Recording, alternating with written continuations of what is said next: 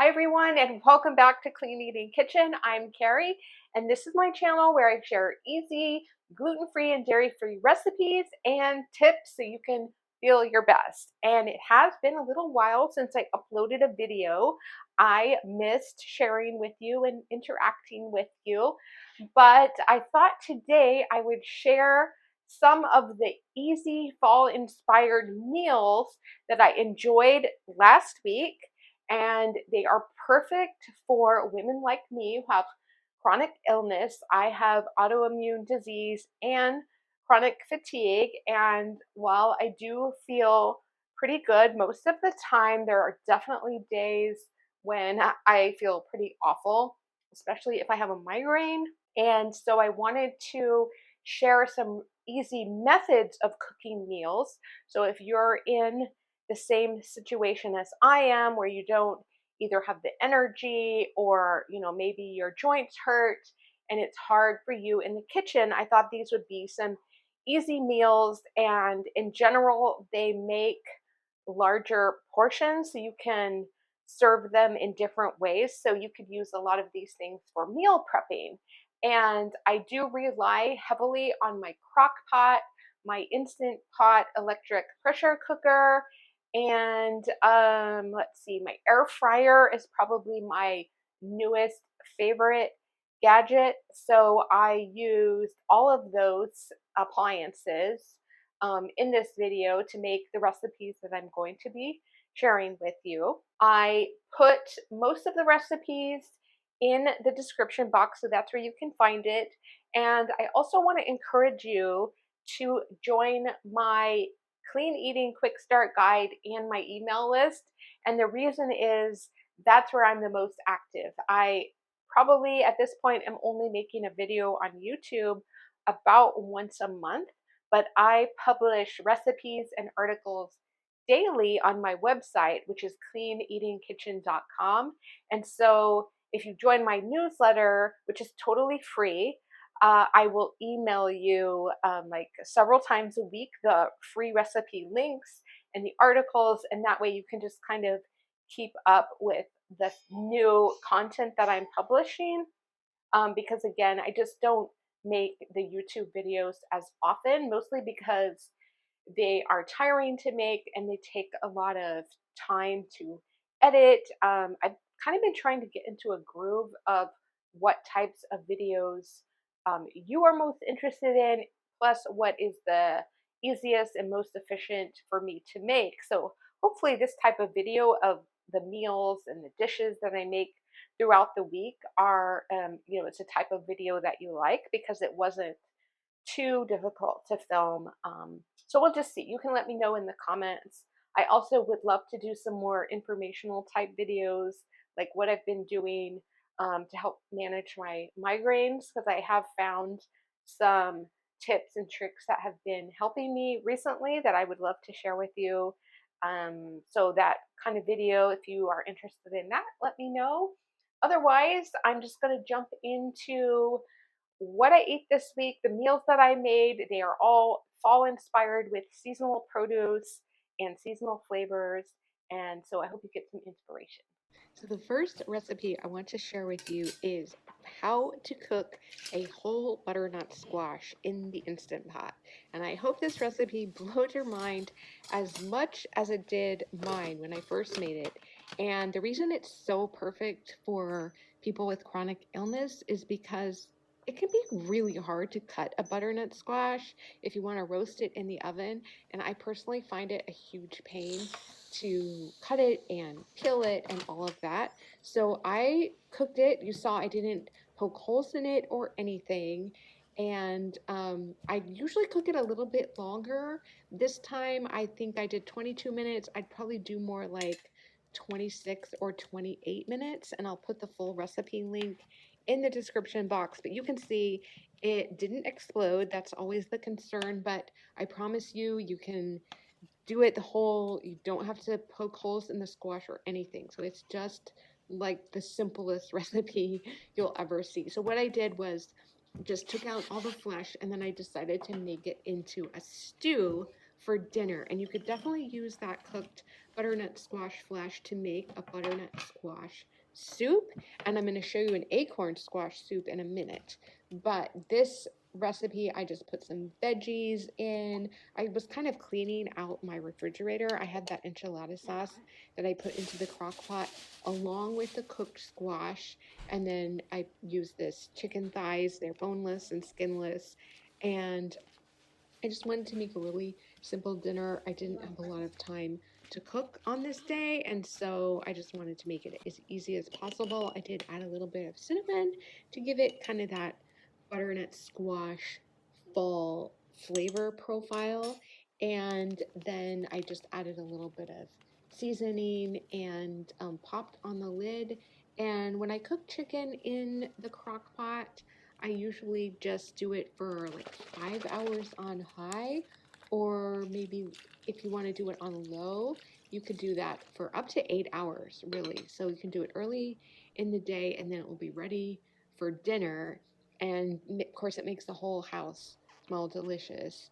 And my chicken got a little browned because I left it in all day, but it really tasted great. And this ended up being a perfect meal prep recipe because it made a good, I think it was about 5 or 6 servings, and I ended up freezing half of it because my husband gets bored if I serve him the same dish more than 2 nights in a row. So I did end up serving this with some fresh avocado. You could also put some coconut yogurt on top, and it was really yummy. For the next recipe, I decided to show you how to make a whole chicken in the crock pot. This is another really great hack that I learned a few years ago. And if I'm super lazy or not feeling well, I'll buy a whole cooked rotisserie chicken, say from Whole Foods.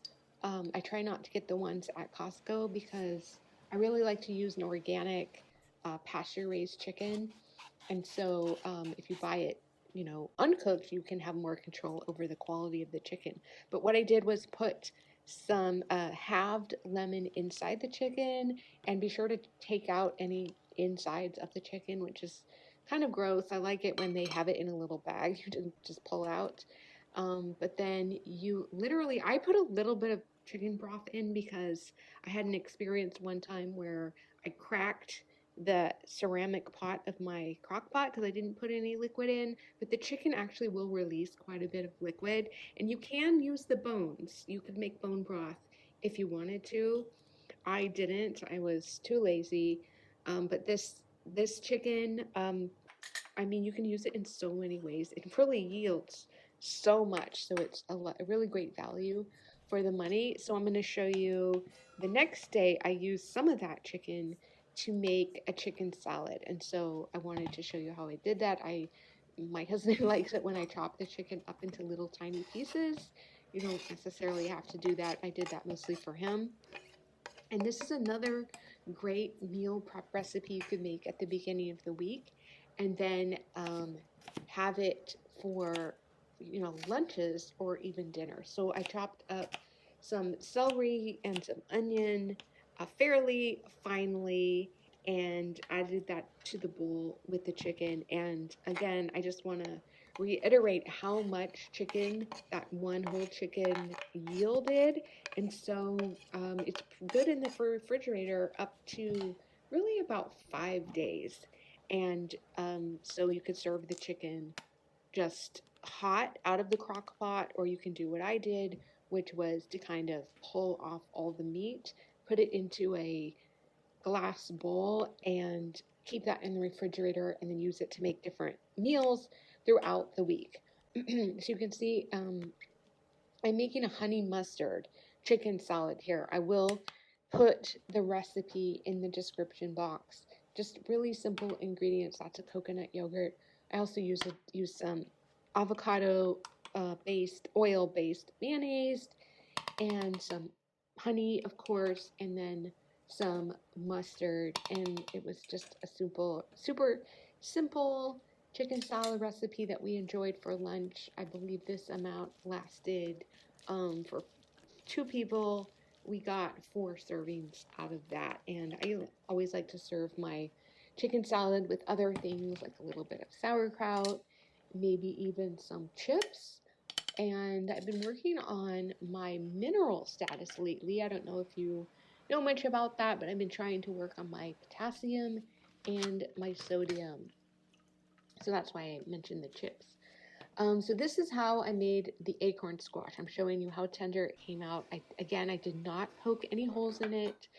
I cooked it in the Instant Pot. I used the flesh to make an acorn squash soup. I used a little bit of coconut milk. I had about maybe a half a cup left in that can. And then I did use some bone broth to help add protein to the salad, to the soup, which is always kind of a nice trick because then you have a soup which can be so warming and comforting, especially on a cold day or if you're not feeling great. But if you add the bone broth, then you're going to get some protein as well. And so here I just wanted to show you my neighbor, even though it's fall, it's not exactly tomato season anymore. My neighbor grows tomatoes, these cherry tomatoes, and he literally gave me like 5 pounds of cherry tomatoes. It took me a good half hour to wash them all.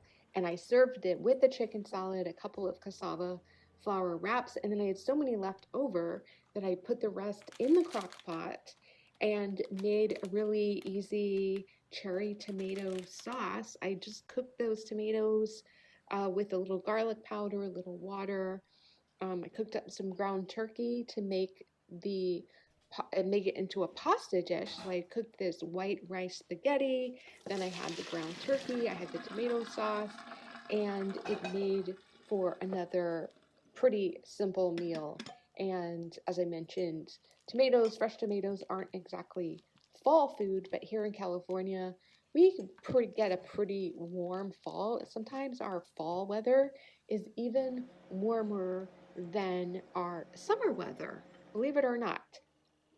And this week I was even wearing shorts, which sometimes in the summer I'm wearing pants and a sweatshirt. I wanted to show you this really easy apple crumble, I guess you would call it, that I made in the crock pot. Again, I'm just leaning so heavily on my crock pot because, quite frankly, I get so tired at the end of the day. I don't know if you're the same. So I want to prepare most of my foods early in the day. And so I'm not starting fresh when it's, 5:30 because I'm really tired by that time. I don't know if it's my history of chronic fatigue or just because I do work pretty hard during the day, but I wanted a dessert. And of course, apples are a great fall food. So I just roughly chop them. And I use this baby crock pot. You don't necessarily want to use a big crock pot, but you can, I guess. But I had this baby one, so it worked perfectly.